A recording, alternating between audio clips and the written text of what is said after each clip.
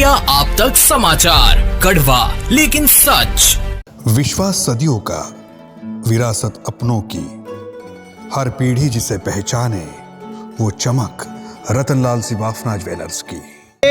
महाराष्ट्राचे संकटमोचक म्हणून ज्यांची ख्याती आहे, जे सतत पायाला भिंगरी बांधल्यासारखं संपूर्ण महाराष्ट्र पादनकृत करत असतात, असे आपले नामदार गिरीश भाऊ यांचे संकटमोचक म्हणजे अरविंद भाऊ। आणि असे अरविंद भाऊ आज या वॉर्डला लाभलेले आहेत की वॉर्ड नंबर 15चं वकीलपत्र मी स्वीकारून तुमच्या विरुद्ध खटला भरेल। त्यामुळे इथलं कुठलंही काम अडता कामा नये।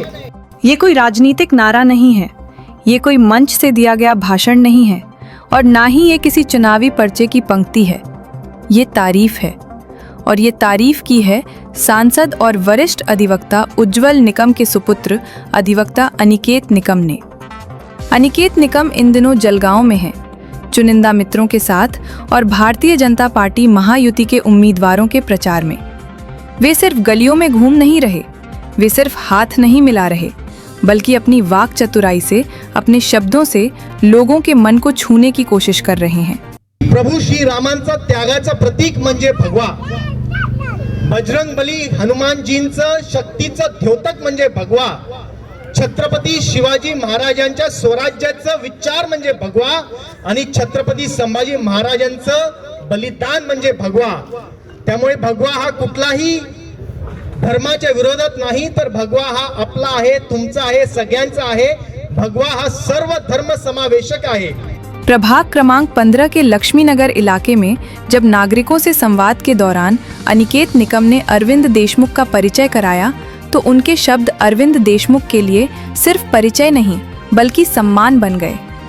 अनिकेत निकम ने कहा, मंत्री गिरीश महाजन महाराष्ट्र के संकट मोचक हैं और अरविंद देशमुख उनके संकट मोचक चली आहे। एक आहे आरोग्य दूत अरविंद जी आणि त्याच बरोबर ते आपले महाराष्ट्राचे संकटमोचक म्हणून ज्यांची ख्याती आहे, जे सतत पायाला भिंगरी बांधल्यासारखं संपूर्ण महाराष्ट्र पादनकृत करत असतात, असे आपले नामदार गिरीश भाऊ यांचे संकटमोचक म्हणजे अरविंद भाऊ। आणि असे अरविंद भाऊ आज या वॉर्डला लाभलेले आहेत। त्याचबरोबर आपले दुसरे आपले पालकमंत्री गुलाब भाऊंचे अतिशय निकटवर्तीय म्हणजे काळे साहेब। त्यामुळे दोन कॅबिनेट मंत्र्यांचे जवळचे उजवे डावे हात या वॉर्डला लाभलेले आहेत। आणि त्यामुळे तुमचा आवाज दिल्ली ते गल्लीपर्यंत पोहोचेल, परंतु त्यासाठी तुम्ही येणाऱ्या 15 तारखेला जास्तीत जास्त मतांनी या चौघांना निवडून दिलं पाहिजे। इथे मोठ्या ताकदीने स्त्री शक्ती मातृशक्ती उपस्थित आहे। खरं म्हणजे आज वातावरणात थंड आहे तसं, परंतु आपली मायेची ऊब असल्या कारणाने आम्हाला सगळ्यांना ताकद मिळते इथे उभं राहण्याची।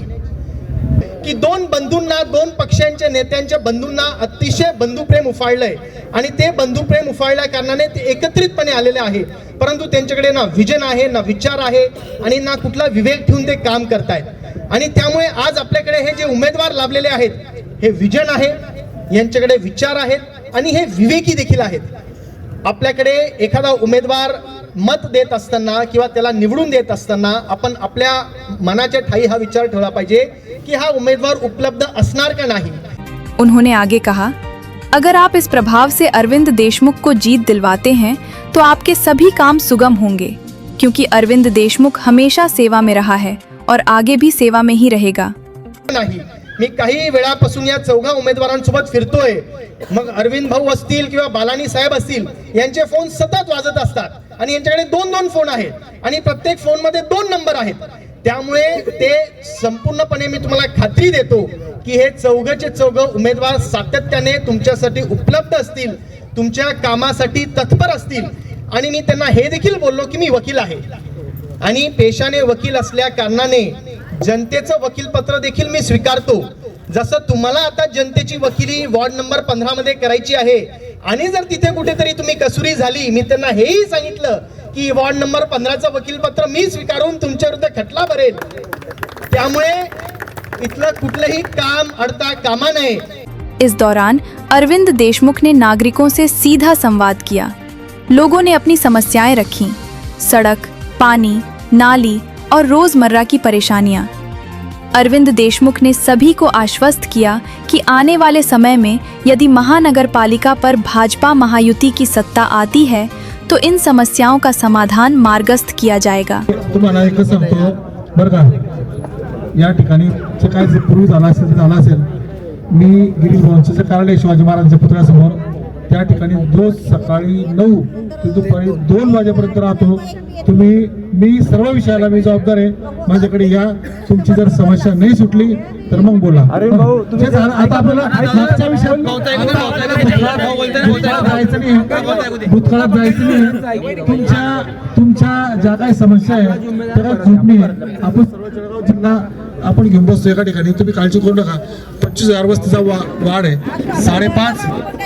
45 लाख जिल्हा संख्या 45-50 लाख, तुम्ही काळजी करू नका।